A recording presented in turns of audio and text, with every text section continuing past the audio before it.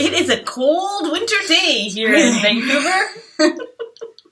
I'm in my sweater and I'm freezing. I don't know what this poor girl is. I came prepared with a vest, okay? More clothes than I normally wear. Hi, guys. Hello. I'm Jena Marcy. I'm a couples therapist and a happiness coach. And I'm Dr. Saira, and I don't know what I am anymore. A helper? You're just awesome. I'm just awesome. I'm awesome. I think I'm calling myself these days a psychotherapist. Good. Yeah, transpersonal psychotherapist. Yeah.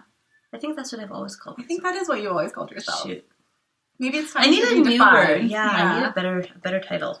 Well, you were talking about storyteller. Storyteller. Okay, so for today, I'm your local family storyteller. Local family storyteller. How quaint. A little village of Surrey. It does feel like a little village sometimes. Yeah, I like that feeling though. Where people say hello on the street and yeah, a little community. It's nice. What are we talking about? Okay, so today is your day to have great expectations. Yes. And that can seem a little bit counterintuitive because I know in the past we've told you not to have expectations. Right. So let's unpack what we mean by that. So what we mean by that is to expect, and by expect I mean know and believe that everything is going to work out well for you. Things are just happening for you. That's the expectation. It's very different from thinking this is supposed to be fun. Like we had a conversation earlier today about going on vacation, and we both kind of went on a vacation this weekend with different types of expectations. Mm-hmm. So sometimes we were thinking this is supposed to be fun and then feeling bad that it wasn't fun. Let's be honest. I didn't want to put myself in that. Yeah, so I said, I had this weekend planned and I'd been thinking about it for 1 year, okay, because last year it was incredible and I'm like, it's so much fun. So for a year I've been saying, this weekend is going to be fun, it's going to be fun, it's going to be fun, it better be fun, it better be fun, it better be fun, it better be fun, it's going to be fun. Yeah. And then it wasn't really fun. It wasn't fun at all. Yeah. There was like one moment of fun. And I took lots of pictures in that moment and posted it all over Facebook. Oh, good. Just that one moment. Good. But the rest of it wasn't. And I think when we were talking about it, what we realized is the reason it wasn't fun is because I put all this pressure on myself to have fun, and I was actually missing every single moment. Because I was not actually present at all. So when one thing would happen and it wouldn't really be that fun, she'd be like, "Oh, why isn't this fun? Like this is supposed to be fun. Why am I not having fun? Well, look, this isn't fun either, and this isn't fun. And look at that. That's really not fun, right? I know. So it kind of spirals out of control, right? But it's basically what you're focused on is getting bigger and bigger. So you were focused on the fact that like it started off really not being fun or whatever. Yeah. And then just kept getting bigger and bigger until everything was not fun. Right. And then Jena asked me if you could do it again, what would you do differently? And after kind of bumping around with that question, I thought, I think what I would do differently next time is when I start noticing that it's not fun, see if I can pick one thing to be grateful for or to be appreciative of in the situation. So there's a lot of like really funny stuff that was going on that I could have seen with humor. Yeah. But I was just so grumpy that I was like irritating more than humorous. And also we figured out that there was never a point in time where she thought to herself, I want to have fun right now, so like please help me have fun. No, right? it was like, this is supposed to be fun. Yeah, that first step. I've done that. I do that with my kids all the time. I'm like, you know what, guys, this is supposed to be fun. I have that face, and they're like, yeah, it would be more fun just sitting at home playing cards, Mom, as long as you had a smile on your face, right? But it's like I set myself up that like this is supposed to be fun. We are at Playland. This is supposed to be fun. We are at the water park. You put a lot of pressure on yourself. Yeah. And then when things don't go off like that smoothly, because sometimes life happens and it's just not that smooth, instead of just saying, oh, well, whatever, that's okay, it'll be fine, you're saying, oh, why isn't this fun, right? So it's a very different way of dealing with conflict. And for me, I went on a weekend away that could have really been a horrible time because I was like going to sign separation papers and pick up all my belongings from my old house that I haven't seen in like 2 years. And I brought all those. And so I really prepared myself beforehand because I thought this is a very important weekend for me and I want things to go smoothly. So I did a lot of mental preparation. I didn't look into like prices of Greyhound to send my things back or like FedEx. I didn't look into where I was going to sell my car. But every time I would think about the weekend, I would just think, it's just going to, like, everything's going to be okay. I just believe that everything's going to be okay. And then I went into the weekend mostly focused on my mood, telling myself, just like, feel good. It's okay. This is a good thing. You're going to have fun. Like, this is going to be good. And it was the best weekend, like, ever. It was so much fun, and things just happened. Like, I managed to pack up all my things in, like, 4 suitcases and gave 14 garbage bags of stuff away to Value Village. I ended up giving my car away. Like, it was just so good. Everything felt really nice, and I had to make one phone call to get rid of my stuff, one phone call to get rid of my car. It was Amazing. like the easiest thing. And then we had so much time to just relax in the hot tub and go swimming and saunaing, and we ate really good food, and we just had like a really good time. But I think it was because I believed that everything was going to work out, and I didn't put any pressure on myself to make that happen. I just said it'll happen. You know, I think with the holidays coming up, this is a really important topic. So important. Because, you know, I have these like ideas in my mind of how the holidays are supposed to be, and there's these certain order of things, and, you know, if this happens, and then this happens, and then this is the fun part, and then this is the hard part, and so often when I go into these family get-togethers, or these holiday, like, you know, Christmas dinner or whatever, there's all of these like pre-populated stories in my mind of how it's supposed to be. Yeah. And then I'm not having fun at all. Exactly. So I think the trick or the turnabout is to just expect that it's all going to work out. It's all going to work out. It's all going to work out. It's going to be all right. Even if it's miserable, okay, so it was a grumpy, miserable time. Can I find one thing to laugh about during the whole event? Yeah. And if you can pre-pave, like if you can think about what the time is going to be like in a very positive way. So by thinking, you know, okay, well, I know that I maybe don't get along with this person and it's going to be awkward, but I also know that it's within my control to feel good about the situation regardless. And you can imagine going into the situation with a smile on your face and light in your heart. Then I think that your whole weekend or week that you have with your family or wherever it is that you're going on vacation has a different feeling, right? Because you're going into it with that expectation that no matter what happens, I can control my own mood. Right. I can control my own sense of peace. That is what I have control over. I can't control what like Aunt Sally says about me that I know is going to piss me off, but I can control how I react to it. Right. I can control and who I choose to spend time with. Is the snow going to be the perfect texture for us to all build a snowman? Yeah, it might just be a flop, right? Yeah. Or there might not even be snow on Christmas then. Exactly. Right? Yeah. So and I think for me, it's taken many, many, many years to let go of all that control. Yeah. Right? Like, things have to be this particular way. Last Christmas, do you want to hear my last Christmas story? Okay. I wrote a blog about it. It was called Vomiting Through Christmas. Oh, God. Yeah. Yeah. Enough said. So enough said. I did everything. I was so prepared. I really had a fun time, like, preparing these baskets, and we invited all these different families over, and we had a basket for every family, and, you know, decorating the home, and like we went to the farm where the trees are and picked our own tree, and they cut it down for us. It was just such an incredible experience all the way leading up to Christmas Day. Like, everything was smooth and flawless. And then we're like bringing out my brother-in-law brought out the turkey to the table, and he's carving the turkey, and my daughter sits up. She was like kind of had fallen asleep in her beautiful Christmas dress, and so she sits up on the little bed that we made her and vomits all over my sister-in-law. Oh no. And the rest of the day was one child after another just throwing up. They had a stomach flu, I guess, and it lasted like the entire, all through dinner, all through presents. Wow. Half of the kids couldn't even open their presents because they were throwing up. Oh, wow. Right? And all I could do was hold my little daughter and laugh and laugh and laugh. Because, you know, it's like, there's only so much you can do when the whole house smells like vomit. Like, what else can you do? And, you know, like, there was, some people were, like, rushing in with buckets as one kid threw up, and other people were running in with, like, wet towels to, like, wipe up their faces, and it was just, like, one after another, just dropping. And you're laughing about it, but some people might look back on that and be like, oh my God, it was the worst time ever, but you have such a good attitude about it, right? Because there's nothing you can do. However, on my list this last weekend, I did not have a good attitude at all. You didn't have a good attitude because you put a lot of pressure on yourself thinking this is... And people do that for date nights too, right? Oh. And they'll get really pissed off at their partner because they're like, this is supposed to be fun. Like, why are you talking about this stupid crap? Yeah. Who cares? Honestly, it's that sense of control. You hit it on the head exactly. It's letting go of control. Mm-hmm. When you feel like you have to control the situation, then when your partner says something that makes you mad or is not like fun the way you're supposed to be. Or there's traffic, or you have to wait too long for your table, or the food is cold, or whatever. Whatever it is. If you feel like you have to control the situation, you're going to take that very personally and you're going to feel bad. Mm-hmm. If you feel like, okay, I'm just going to let this go. This is one thing. My overall intention is to have a good time. Then you're going to have a good time. It's just like when I do my hair sometimes in the mornings. If I'm doing my hair just haphazardly and thinking about stuff that I'm stressed out about, it never looks good. But sometimes I'll be doing my hair and I'll say to myself, my hair's going to look really awesome today. And even if it doesn't look that great, I still think it looks great, right? And people will be like, wow, what did you do? Like, I was just happy. Or sometimes I'll be getting ready for mosque, and I used to have the worst time finding clothes because all my skirts are too short, and like my dad has this thing where he's like here, and like to your ankle, like lengthen it out. Cover it up, girl. God does not need to see a cleavage.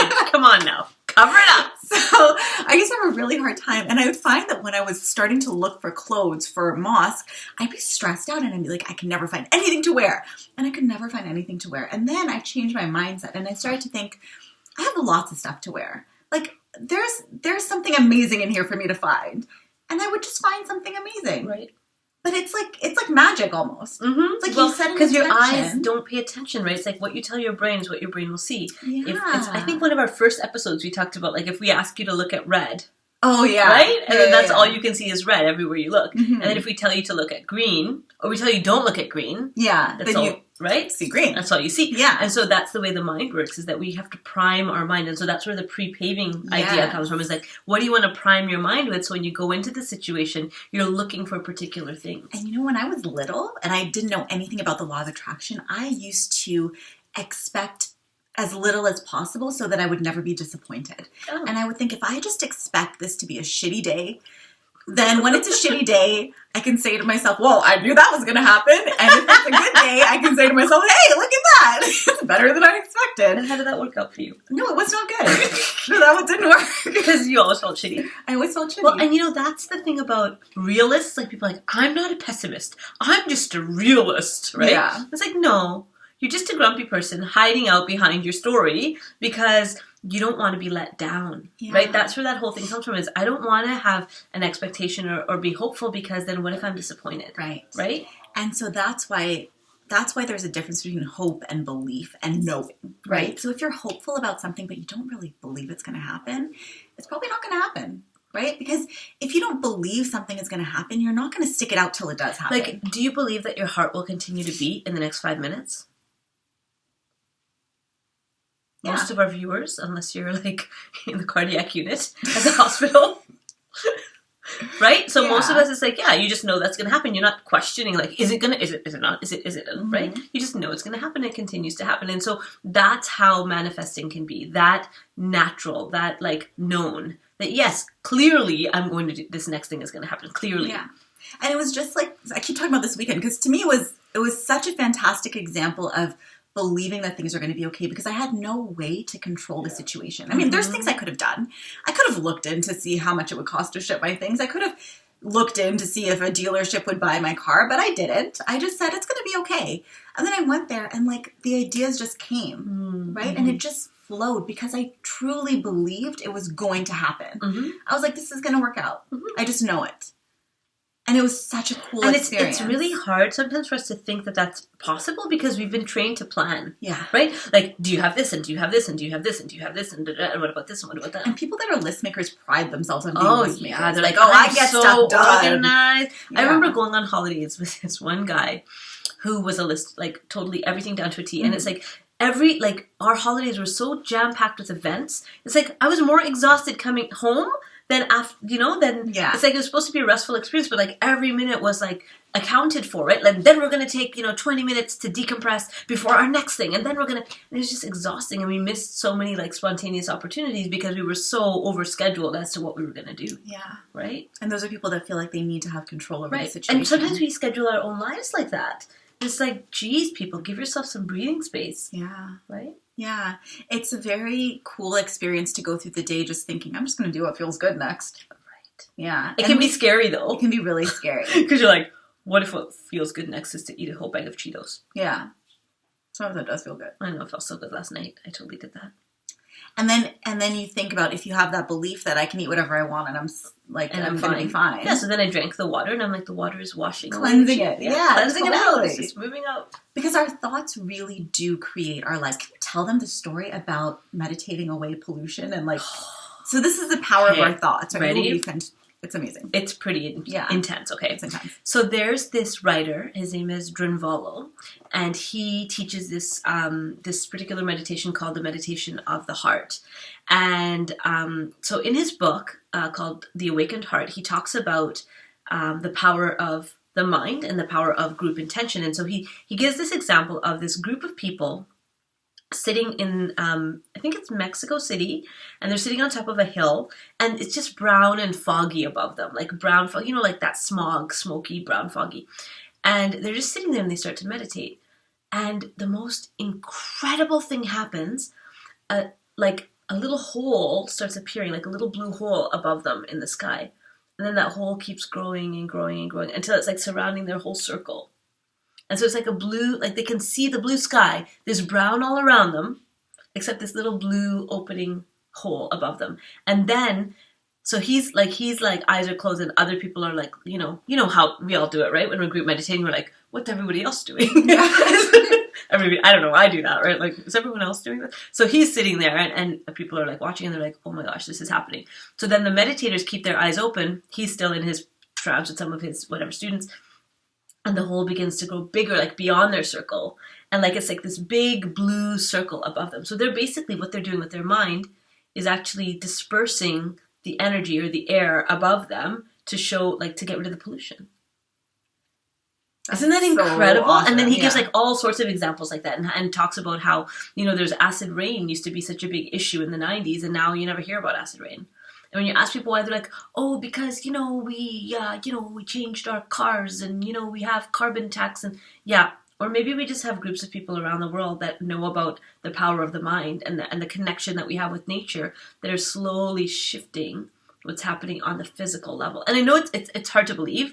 It was hard for me to believe when I read it, but then I experienced that meditation. I saw the power of that meditation. I was just like, wow, we are connected in ways that we can't even imagine. Yeah. Can you tell them about the NASA thing? Oh, yeah. Yeah, this will blow your mind. So one of the things in the meditation is that they teach you to activate your light body, right? So we're a physical being, we're also a light being. And so as you activate the light body, it gives off so much energy. What was happening like in the early time when he was teaching people to activate their light body is that people would notice like these helicopters like surrounding, like these black helicopters would like come and surround them as they're meditating. So groups of people in somebody's house are meditating, and there's like these, you hear like army helicopters. And so what was happening was that the U.S. Army he talks about NASA as well, but in a little bit of a different context. And he talks about how there was these flicks that would happen where they were seeing these kind of like, almost like a bomb of energy or like an explosion of energy. And so they were coming to explore like what's happening. Did somebody drop a bomb here? Like what's happening here? Did somebody blow up a power plant? And it was just groups of people. People meditating. And they could pick that up on their like whatever sensor. So this shit is real, people.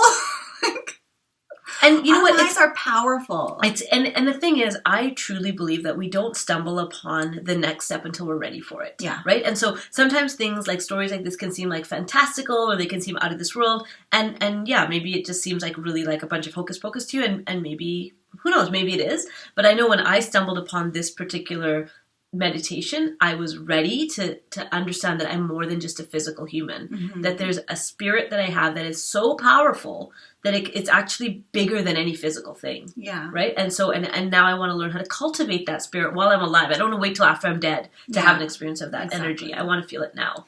Yeah. And so for me, what meditating does, just on a very practical level, is that it allows me to clear my mind, which is great. Although usually my mind is always going, even when I'm meditating. Maybe there's like a minute or two in my 15 minutes of meditation that I feel relaxed and clear. But what it more does for me is that I feel a sense of protection. Like I feel like when I can connect with that inner spirit, that higher self, I can know for sure that someone is looking out for me. And that I don't have to make things happen for myself. I just have to be happy, be giving, be the best person that I know how to be. And then things will just kind of come to me.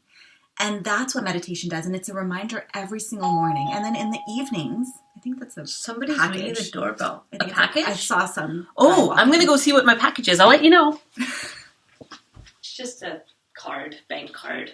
Aw. Oh, that's exciting because I can take money out of the bank now. Woohoo! Sorry for that interruption, ladies and gentlemen. And we might cut that out. Yeah, we'll cut that out. Or maybe we're too lazy and maybe you'll see all that. Who knows? And then, anyway, so in the mornings, that's what I do. And it really connects me with the idea that someone is protecting me. And I know that someone's protecting me because as I'm meditating, sometimes I'll get this sense of, I hear the words like, don't worry, everything's going to be fine. Like, it's really strange. And maybe it's my imagination, but who cares? Even if it's just my imagination, at least I'm feeling good, right? Yeah. And then throughout the day, when I start to feel anxious or upset, I can just like breathe in for 5 seconds, hold my breath for 5 seconds, breathe out for 5 seconds, and do that a few times. And I immediately feel more relaxed. And I feel like there's nothing to fear, right? And so that's what meditation has really done for me, is that it's allowed me to let go of that feeling that I have to be scared or that I have to control and just let life happen to me. Right. And it's really, I'm telling you, in the last few months, amazing results. Amazing. And one of the, we had a guest on our show a little while ago for Jena, and she wrote a book called I Cheat at Meditation. So for those who are like interested in meditation and can't, maybe you haven't figured out a technique that works for you, we would highly, highly, highly recommend that book. Yeah, it's an amazing book. I Cheat at Meditation. The other, if you have this kind of a mindset, you can use it beyond your own personal problems in your own personal life too, right? So my, ever since I was little, I was really, really interested in protecting the earth. And then I have a son who's also very, very interested in protecting it. So we're both like, the earth. And it's only in the last probably 6 or 7 months that I realized, like, you know what? If all of the humans were removed from the planet would still go on. And even if we like so-called destroyed the planet, it's okay. It'll still go on. It'll go on. Yeah. And even if it doesn't go on, life will continue somewhere in the universe. Yeah. Like, it's going to be all right. Yeah. Right? And that I'm not saying that to absolve us of responsibility. Of course, we still want to do our part and we want to recycle and we want to do all those things.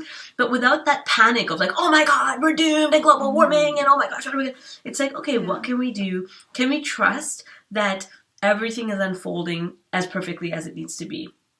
Right? Yeah, it's hard because we're taught that, like, no, we have to fight. We have to fight against all of these things. Yeah, because we think that we have to look at a problem and stare at it and focus on it and then solve it. Like, it's like so much pressure.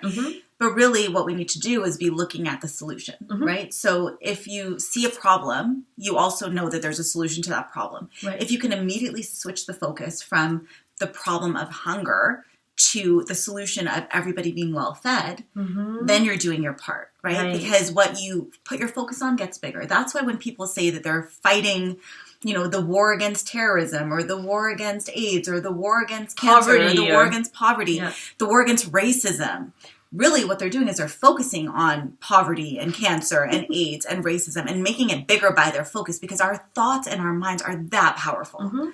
And so if we were to focus on health and connection and integrity and a sense of unity and community on the planet, wouldn't that be much more like, even just those words just feel so much better. Relaxing. Right?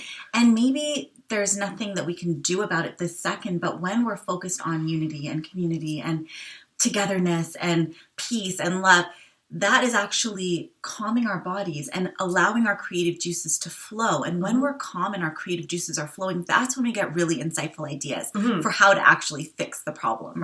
Right. Instead of just like waving out or getting all worked up, right? Yeah. Because when we get all worked up, what we're doing is we're activating that part of our mind that's in like survival mode. Fight or flight. And survival mode is not...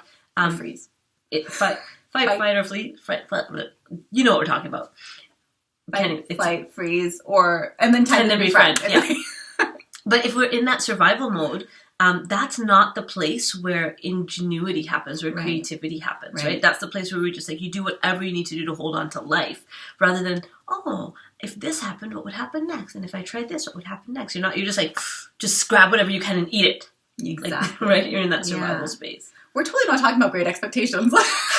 Well, I think in a roundabout sort of way, right? Like, what do we expect this life to be about? Yes. Right? And could our life be about something different, right? Than just survival, than just fighting, than just pushing, than just being like annoyed all the time. Yeah. Right? What could we... That word expectations, I think, gets a bad rep because we think like, oh, you shouldn't expect anything.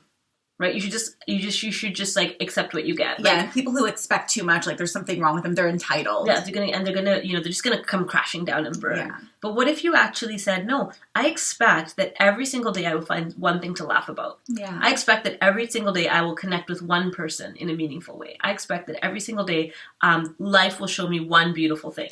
And so that goes along with our conversation. We had a conversation earlier today where we were talking about what we would do if no one was watching, and also like what our definition of success is. Right? And so I think that if you think about that for yourself, what is your definition of success? I know that when I was growing up, I thought that success meant, doing something that changed the world, like being a doctor or a lawyer, not necessarily change the world, but doing something that was prestigious, right? So people would see you and say, oh, you're a lawyer. Wow, that's amazing. You must make a lot of money. Like that was success.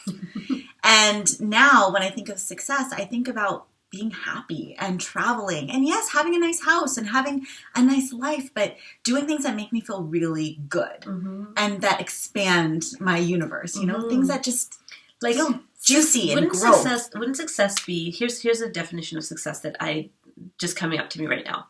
What if my life could be successful because I woke up in the morning and I was excited about my day and excited about my life and looking forward to my life, right? And I mean, it's maybe not going to be every day. There'll be, the grumpy days, like we've been talking about. Had my grumpy days, but in general, that I were to wake up and think, thank you for this life. This life is good. Anticipating your day rather than like dreading your day. Totally. Yeah. That is success. I mean, how many people can say that they do that? Very many. No, unfortunately. But when you start cultivating that attitude and it becomes a habit, that's when things happen to you. Because when you're eager about life, it brings you more things to be eager about. Right. And it doesn't, you could be still stuck in the job that you don't like and still, stuck in the family that drives you crazy. And those situations might be exactly the same, but you're looking in your day for that thing that's going to make you laugh. You're looking in that day for that thing that's going to feel a little fun and light to you. That and thing you're paying less attention to the stuff that irritates you. Right. And when you do that, that stuff kind of falls away, right? And it doesn't take very long for it to fall away. And it can be surprising when it falls away. One of our viewers had a question about friends, right? And as she's going through these changes and these transformations, she's feeling like she's very lonely because her family doesn't get her. She has no friends. And she's like, I thought this path would be a lot more, filled with people. And I think that there may be a stage where you're just, trimming the fat and kind of letting a lot go. And there's a period of letting go. And then there's a period also of rebuilding. Yeah. And if we have a belief that if I'm to live my authentic life, I'm going to be alone, well, then that's what'll happen. Right? What if you could live your authentic life and be surrounded by people who really get you and who really celebrate you? We're examples of that. We have that. And then that's also where letting go of the specifics comes in. Because when you have a vision for your life and when you know that you want your life to be a certain way, sometimes we can think, I need it to be this way with these specifics. So I need to be respected and loved by my family and friends as they stand right now. I want all of these people who have never respected or, appreciated me to start appreciating me right now and respecting me. Why isn't that happening? We're very attached to the specifics. But if you know that you just want to be appreciated and respected, then you'll find that people will come into your life who appreciate and respect you. And the people who never did will either change their minds or you won't have as much contact with them. Right? So it's being not being attached to the specifics of how it comes about and who exactly has to bring it. But just knowing that you want it. And because you want it, you believe that it's going to happen for you. And it does. And allowing it to happen. Right. So many times, like, the gift is right here, right? The doorbell is ringing. The package is on the other side. And we're like, no. Yeah. I'll deal with that later. Yeah. Then you have to go to the post office and it's like all this effort, right? So when things come knocking, like get up and answer the door. Exactly. Right? Yeah. See how I worked that in right there? Very good.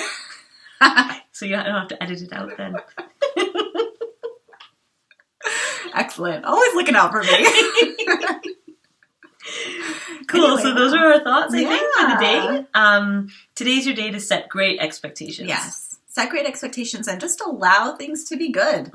Yeah. Stop worrying so much. Let go of the control. Yeah. And answer the doorbell. It's ringing for you. Yes. Yeah. And it might just be like a random, bank card. But hey, that bank card will help you get your money out of the bank. Exactly. See? Sounds so deep.